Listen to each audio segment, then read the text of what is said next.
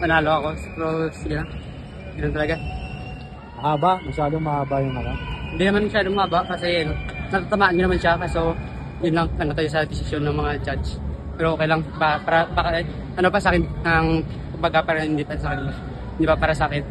Baka susunod na laro, mas ano pa. Ano pa. Mag-gold. Ano nangyari ito sa second round? Nang sa tingin ko, ano po, nang damang ako.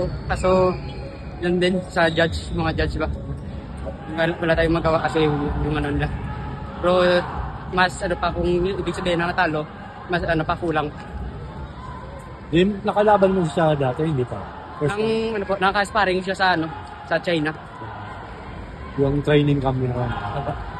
Pero, kaya mo. Kung feeling mo, kaya mo siya. Ang talagang ano po, kaya ko po talaga siya dahil nang tumatama yung sunto ko, taga ano ko, nang kainin at na cross balik, tumatama. So yun talaga yung para sa spot. Lemar, ano yung sa tingin mo mga natutunan mo dito para improve sa susunod mong mga laro? Natutunan ko dito ay ano, ibig sabihin na natalo ako dahil ano pa, kulang pa siguro yung training ko at ano pa, i-apply ko pa mga kulang na ano dapat dapat i-apply. Baka sunod ano na, gold na. No, next ano mo? Competition mo? Nang sabi nila ni Sir Marcos, yung Secretary General namin, ng ano daw lang sa World Youth, World Youth, kailan yun? yung sa March ata. Saan ba yun? Nang hindi ko lang alam, hindi pa Sa March.